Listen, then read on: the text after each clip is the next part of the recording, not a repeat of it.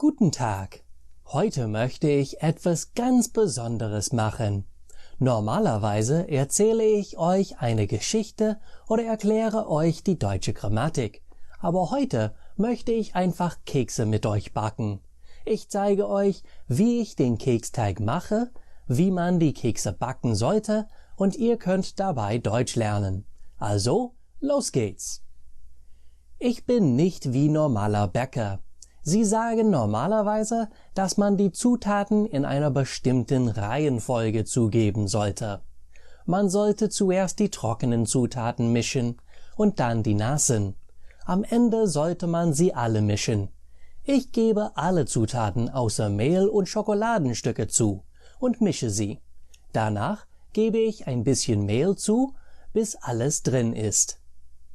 Zuerst hole ich alle Zutaten aus den Schränken und stelle sie auf die Küchentheke.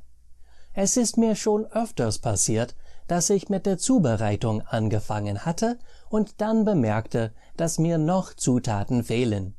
Für dieses Rezept brauche ich Mehl, Butter, Backfett, Salz, Zucker, Backnatron, Vanille, amerikanischen braunen Zucker und Schokoladenstücke.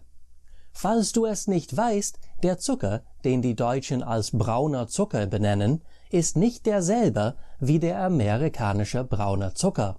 Eigentlich ist der amerikanische braune Zucker einfach Zucker, den man mit Melassesirup mischt.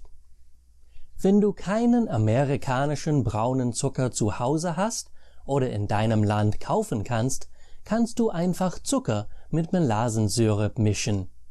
Noch eine Warnung, das Backnatron ist nicht dasselbe wie das Backpulver.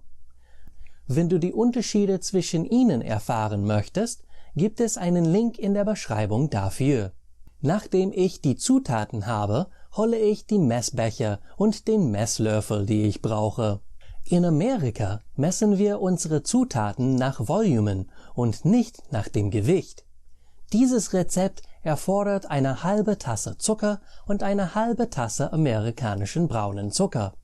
Da ich aber Amerikaner bin, mache ich doppelt so viele Kekse als normale Menschen. Deshalb gebe ich 2 halbe Tassen, also eine ganze Tasse von beiden Zuckern. Ich brauche 2/3 Tassen Butter und Backfett.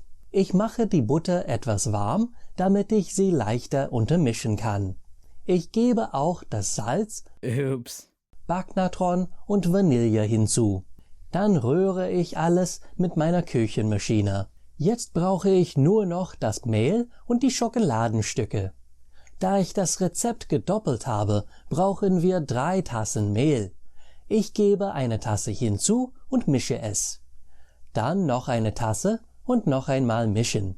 Nach der 3. Tasse Mehl gebe ich die Schokoladenstücke hinzu.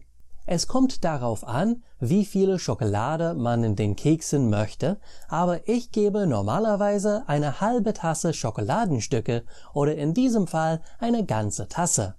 Ich mische die Schokoladenstücke und stelle den Teig in den Kühlschrank. Der Teig muss mindestens 30 Minuten kühlen, aber ich lasse ihn normalerweise eine Stunde oder mehr im Kühlschrank. Wenn der Teig kühl genug ist, nehme ich ihn aus dem Kühlschrank. Zuerst schalte ich den Ofen ein.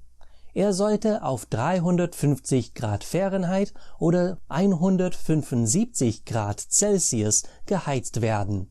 Ich bespritze ein Backblech mit Kochspray.